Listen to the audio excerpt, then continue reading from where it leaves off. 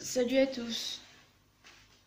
Bon, j'avais dit que je ferais cette vidéo en janvier. Donc ce sera la deuxième aparté des Gilets jaunes. Donc j'avais dit à l'Homster je la ferai. Au sujet donc de l'IVG, de l'avortement. Alors voilà, aujourd'hui j'ai 26 ans depuis un mois.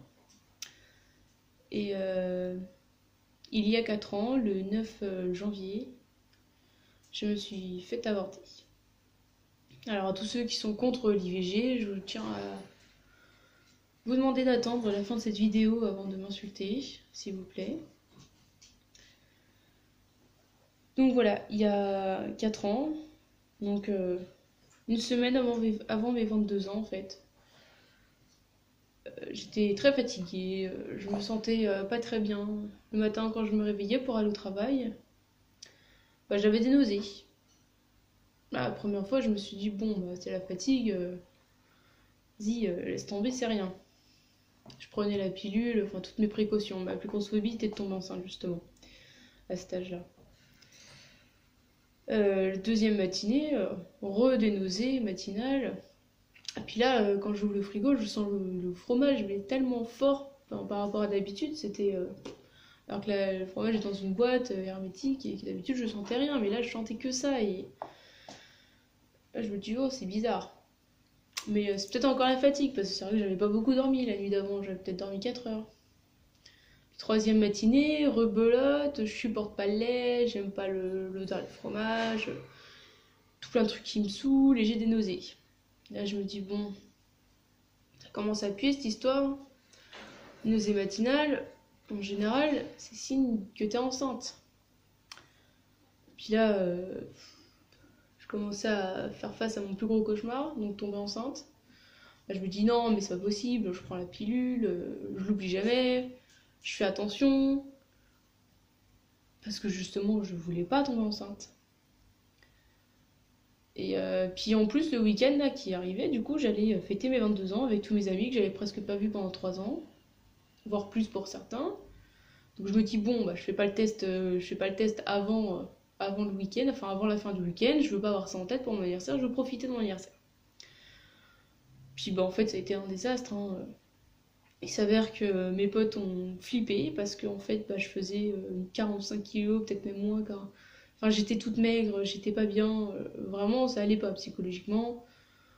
Il y a certains de mes amis qui m'ont revu quelques années plus tard, ils m'ont dit écoute, on a presque eu pitié ce jour-là de toi, t'étais pas bien. J'ai même pas profité parce que je me sentais pas bien. Je suis restée enfermée dans ma chambre pendant tout le temps, pendant que tout le monde dansait dans le salon ou était dehors en train de fumer. Enfin, j'ai même pas profité des gens, je suis restée la plupart du temps enfermée dans la chambre. Juste parce que je supportais pas la fumée, je supportais pas ça, je supportais pas ça, et tout me dérangeait en fait. Et puis j'avais ça en tête qui me restait, et puis je me disais putain, genre, si c'est ça, c'est la merde. J'étais avec ce mec-là depuis un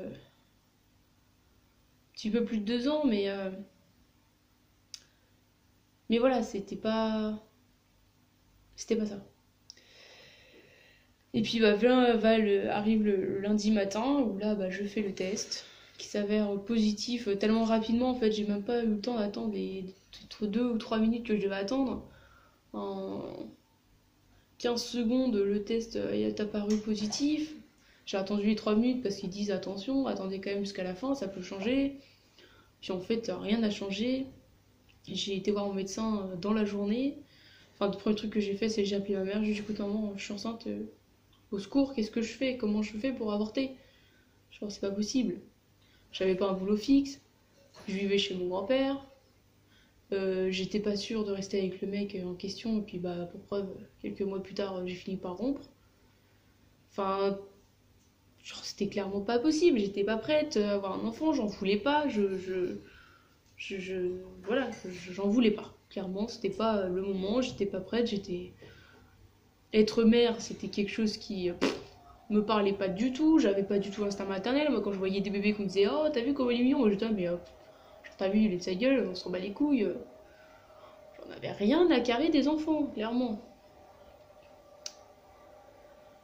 Et donc voilà, du coup, je me suis retrouvée avec un test de grossesse, chez le médecin, à attendre patiemment mon tour. Et là, j'arrive dans le bureau, le médecin qui fait pas attention réellement à moi en fait. Il me dit bonjour, je m'assois, il me dit qu'est-ce qui vous arrive, je lui dis je crois que je suis enceinte, je lui tends le test, il regarde les résultats et là tout content il me dit bah oui vous êtes enceinte, félicitations. En fait ce qu'il avait pas vu c'est que j'étais en train de moitié pleurer dans son bureau. Et là il m'a dit il y a quelque chose qui va pas, je fais bah oui je veux me faire avorter mais je sais pas comment faire, dites-moi qu'est-ce que je dois faire. Et donc là il me dit bah déjà faut aller voir comment ça s'appelle déjà le truc à l'hôpital. Bon, je sais plus le nom. Fallait que j'aille dans ce truc-là, qu'il fallait que je fasse une échographie pour voir depuis combien de semaines j'étais enceinte. Donc c'est ce que je fais. À l'échographie, donc le monsieur en fait me dit pas, me dit depuis combien de semaines je suis enceinte, au lieu de combien de semaines aménorrhée. Alors pour ceux qui savent pas, aménorrhée ça veut dire depuis la dernière fois où t'as eu tes règles. Et comme moi j'ai jamais suivi mes cycles de règles, enfin voilà, ça m'a toujours un peu passé par-dessus la tête tout ça. Donc du coup je suis arrivée à l'autre rendez-vous en lui disant voilà le monsieur à l'échographie m'a dit que j'étais à je sais plus tant de jours de grossesse et là me dire bon bah ça va si c'est ça en fait vous pouvez prendre la pilule pour faire une fausse couche vous prenez un cachet et hop ça se fait presque tout seul naturellement et puis voilà. Moi je me dis bon bah déjà bon point c'est que pas être obligé de me faire opérer. Sauf qu'il s'avère qu'en fait, la personne dans cet hôpital qui pouvait me prendre en charge pour ça avait trop de rendez-vous. Et c'était pas possible en 2-3 semaines, ce qui fait que la date en fait aurait déjà dépassé le fait que je pouvais prendre une pilule. Donc elle m'a envoyé à Pétaouchnok, j'ai fait plus d'une heure de route pour aller voir un autre médecin qui pouvait me prescrire cette pilule. Avec qui du coup on s'est rendu compte que le monsieur au niveau des échographies s'était trompé. Il m'avait pas donné le bon nombre de semaines. Et qu'en fait il était déjà trop tard pour moi. Il fallait que je me fasse absolument opérer. Donc là j'avais perdu plusieurs jours en fait à attendre ce rendez-vous. Et donc là s'en est suivi un tas de rendez-vous avec échographie, pas échographie, gynécologue. On m'a même pas fait faire un test de psychologie parce qu'en fait je crois qu'ils ont bien compris que genre voilà moi c'était avortement ou rien. Anesthésiste, enfin j'ai vu vraiment tout le monde pour. J'ai dû prendre aller à un tas de pharmacies parce qu'en plus pour les cachets, pour tous les trucs qu'on te demande, c'est un enfer. Et là on m'a dit bon bah écoutez, est-ce que vous êtes bien protégé? Donc là oui. En plus je prends la pilule. Genre comment j'ai pu tomber enceinte alors que la pilule je l'oublie pas. Ils m'ont dit bon bah il y a 3 causes. Quand tu tombes enceinte avec la pilule, la première c'est de l'oublier, ça j'étais sûre de ne pas l'avoir oublié. La deuxième c'est de vomir, je savais que ça faisait très longtemps que j'avais pas vomi donc c'était sûr que c'était pas ça non plus. Et la troisième option c'était d'avoir pris une tisane ou une infusion avec une plante, c'est de l'humilpertuis dedans. Parce que l'humilpertuis en fait tue l'effet de la pilule. Et il s'avère qu'à cette époque, je buvais pas mal de tisane le soir avec la mère du copain de cette époque. Et forcément, quand j'ai vérifié les tisanes, il y avait bien du millepertuis dedans. Donc voilà, à tous ceux qui ne sont pas au courant, le millepertuis, quand t'en bois, c'est comme si tu ne prenais pas de cachet, que ça soit pilule ou autre chose. Ce qui d'ailleurs, je trouve ça intolérable que ce soit pas écrit sur la plaquette de pilule. Mais bon. Donc voilà comment je suis tombée enceinte, en plus d'être du coup très féconde. Ce qui pour moi n'a pas été une bonne nouvelle. Je vous avouerai que quand on m'a dit que j'étais bien féconde et quand j'aurais plus qu'à claquer des doigts, genre je voudrais tomber enceinte, ça a été un peu comme une bombe pour moi, plus qu'une bonne nouvelle. Donc voilà, donc arrive du coup je sais même plus. Je m'en suis rendu compte, oui, il y a pratiquement eu un mois qui s'est écoulé en fait, où j'ai passé un tas d'examens et machin, bidule, savoir si j'avais des problèmes, faire pipi dans des trucs, prendre des prises de sang, savoir mon groupe sanguin et tout un tas de trucs infernal. J'en pouvais plus, j'en avais marre.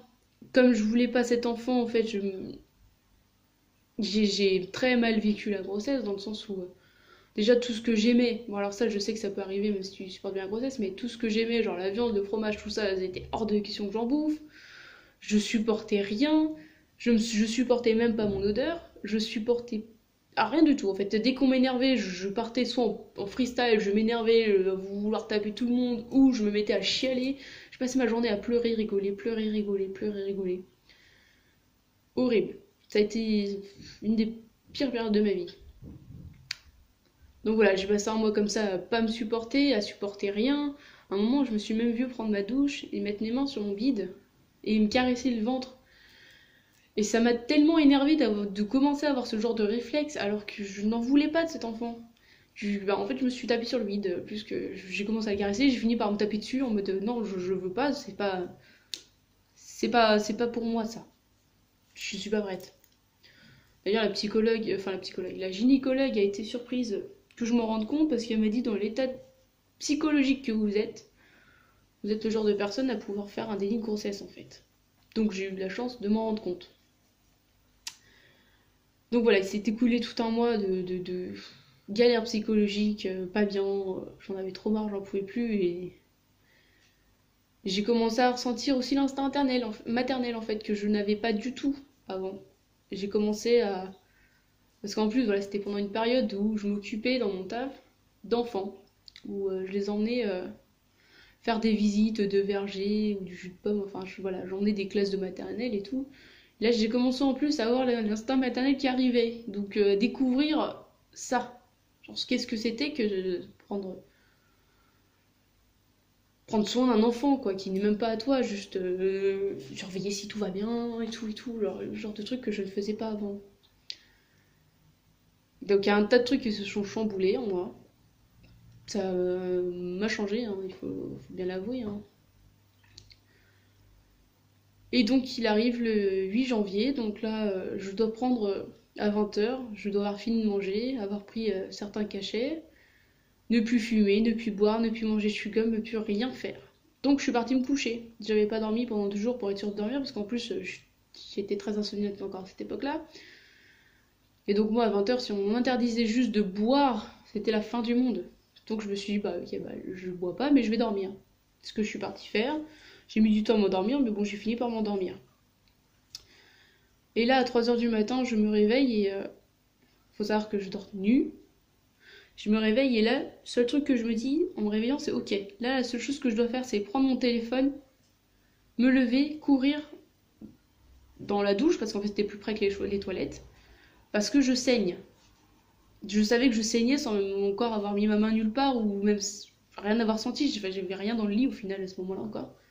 Là, je me réveille, je sais que ça va pas. Je sais qu'il faut que j'aille dans une douche, enfin dans un endroit où je puisse saigner tranquillement, quoi. En vrai, c'était ça dans ma tête. C'est la seule chose que j'ai sentie, c'est que ça allait pas. Donc j'ai pris mon téléphone, j'ai mis ma main comme je pouvais et j'ai couru à la douche. Et là, j'ai enlevé ma main et là, un truc qui tombe. Donc je croyais que je venais de faire une fausse couche.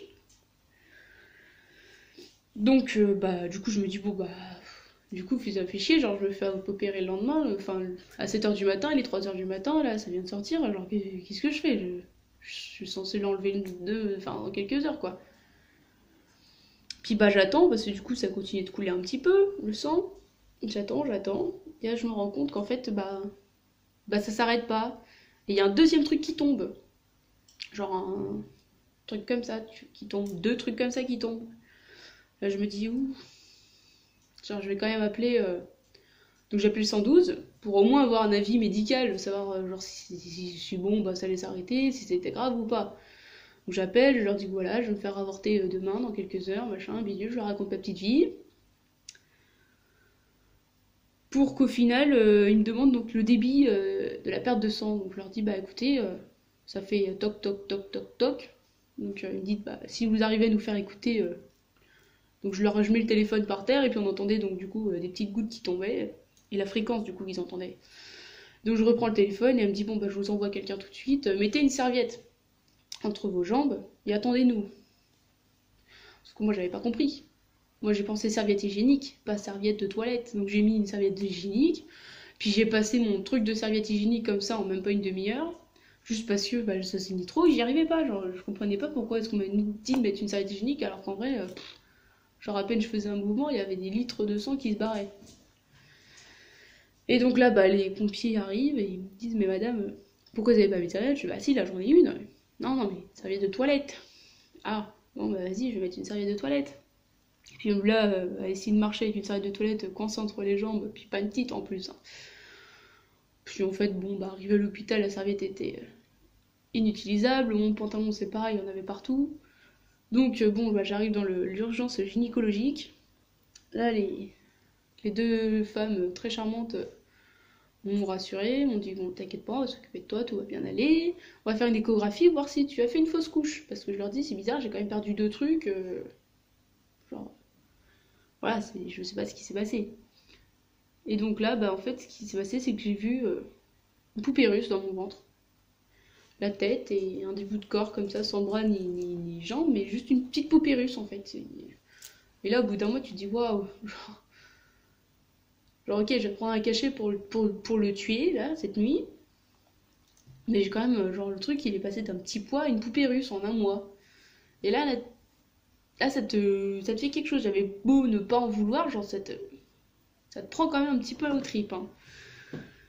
Et, euh, et donc, bah là, obligé de passer en urgence pour me faire. Je sais pas ce qu'ils m'ont fait. J'ai juste l'impression qu'on m'a mis des coups de jus à l'intérieur pour du coup me combler les trous. Ils savent pas d'où les saignements venaient et pourquoi j'ai saigné, en fait, ils n'ont pas compris. Ils ont pas pu me garder de la nuit. Donc en plus, voilà, j'ai dû rappeler mon grand-père à 4h du matin en mode viens me chercher parce que voilà, l'hôpital il peut pas me garder. Et on me dit, par contre, ça peut recommencer dans quelques heures. Genre super, il est 4h du matin, à 7h tu te fais opérer, entre temps ça peut recommencer. Genre, ouh, tu sais, tu viens de faire une hémorragie, t'es pas terrible déjà de base. Mais bon, laisse repartir après avoir bu, mangé et tout. Non, pas bu, manger. En plus, non, j'ai même pas bu, manger. Genre, ou si, on va passer de l'eau, je crois, un petit peu. Je sais même plus. Bah, ouais, de toute façon, j'étais pas bien. Et donc, j'arrive, je rentre chez mon grand-père qui habitait à côté. Je finis par aller me recoucher. Donc, au final, même pas 3 heures. Parce que je me relevais à 6h du matin. Là, il fallait que je me douche à la bétadine, que je prenne encore des cachets. En fait, les cachets, je les ai pas du tout supportés. Je me suis mise à. Parce qu'en fait, déjà, pour moi, avaler quelque chose le matin, si c'est pas de la bouffe, je sais que ça passe pas. Donc, je savais plus ou moins que les cachets, j'allais les vomir déjà de base. Donc, je vomis le premier cachet et je devais en prendre un deuxième au bout d'une demi-heure. Enfin voilà, il fallait que je me lève par rapport au cachet en plus. C'était même pas par rapport à moi. Et donc, bah, j'arrive dans la voiture et puis là, je devais prendre l'autre cachet une demi-heure, donc 6h30. Puis là, mon grand-père qui m'emmène. Et puis en fait, là, je me suis mise à baver de la mousse blanche et à devoir, genre, avoir la tête comme ça, sortie de la voiture pendant que lui avançait jusqu'à l'hôpital. Et puis moi qui vomissais en fait le long de sa portière, le pauvre. Et donc j'arrive à l'hôpital et là pareil, j'arrêtais pas de vomir, sauf qu'en plus j'ai même pas réussi à trouver les toilettes, donc heureusement que j'avais pris un poncho au-dessus de mon manteau parce qu'il faisait bien froid. Donc j'avais un poncho, au final j'ai fini par mettre le poncho sur mes genoux, mettre la tête dans les genoux et puis continuer de vomir en fait sur moi, dans mon poncho, ce qui était vraiment très élégant. Désolée hein, pour ceux qui ne supportent pas toutes ces histoires. Mais bon, il fallait que je détaille tout ça. Et au final, là, il s'avère que je ressens la même chose que quand ça m'a réveillée cette nuit. Genre, je sens que là, ça se remet à saigner. Genre d'un coup. Je suis toujours pas allée sur les infirmières commencent à prendre les gens au fur et à mesure. Et je suis dans les dernières, en fait, de la liste. Donc, je suis même la dernière de la liste, au final. Parce qu'il restait que 2 personnes. Enfin, moi et une autre personne, quand ça a commencé vraiment à saigner. Puis là, je me suis retrouvée avec du sang, mais partout, qui me coulait le long des jambes. Mon pantalon était, voilà, imbibé. Là, l'infirmière, en plus, t'as forcément les infirmières qui mettent du temps à sortir.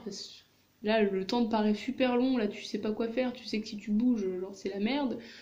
Donc, tu bouges pas, t'attends patiemment. Et là, dès que l'infirmière, elle sort. En plus, il y a l'autre personne avec moi qui se plaignait de se sentir pas bien.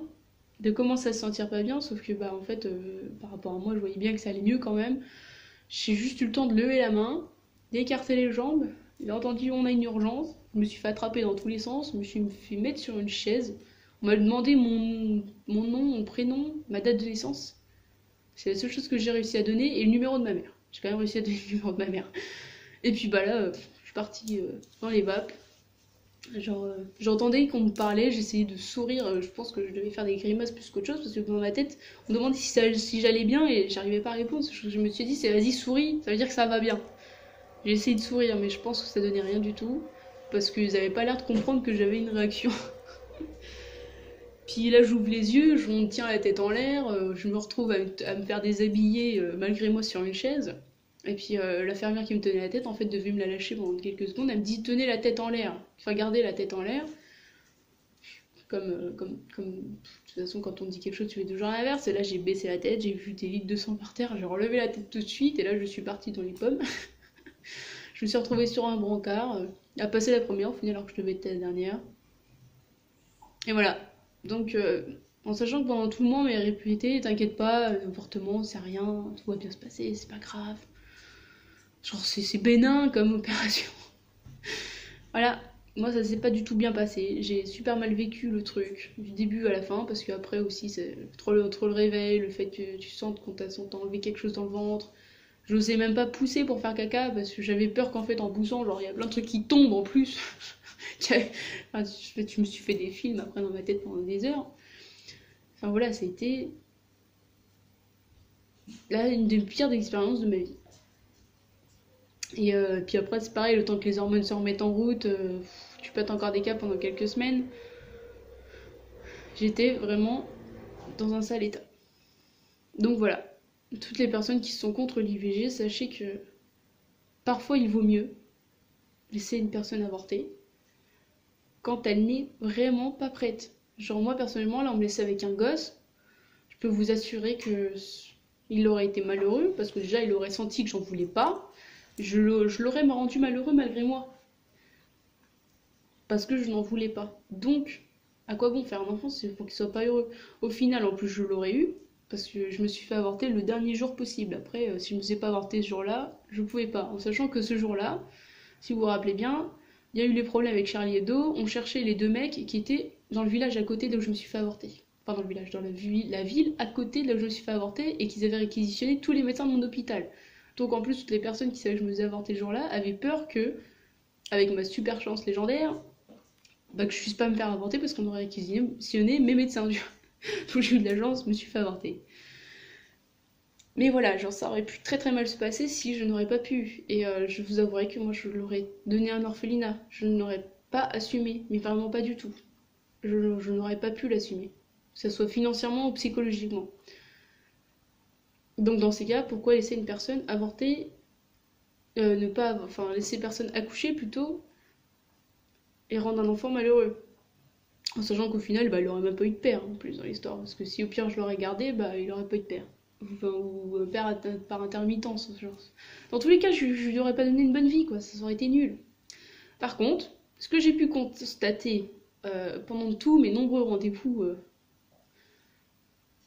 planning familial, ça y est, putain, je me rappelle enfin. Le planning familial. Donc pendant tous mes nombreux rendez-vous, je me suis rendu compte que par contre, il y avait des personnes qui venaient se faire avorter, et beaucoup de personnes en fait venaient se faire avorter pour la 2, 3, 4, 5e fois. Genre juste parce que leur mari, leur amant leur interdisait de prendre. Donc on va pas dénoncer, hein. Je pense qu'on sait très bien de qui je parle. Mais on leur interdit de prendre des contraceptifs. Genre c'est plutôt là où en fait l'IVG devrait être interdit. Ou devrait être payant. Ça les empêcherait en fait de se faire avorter toutes les 5 minutes.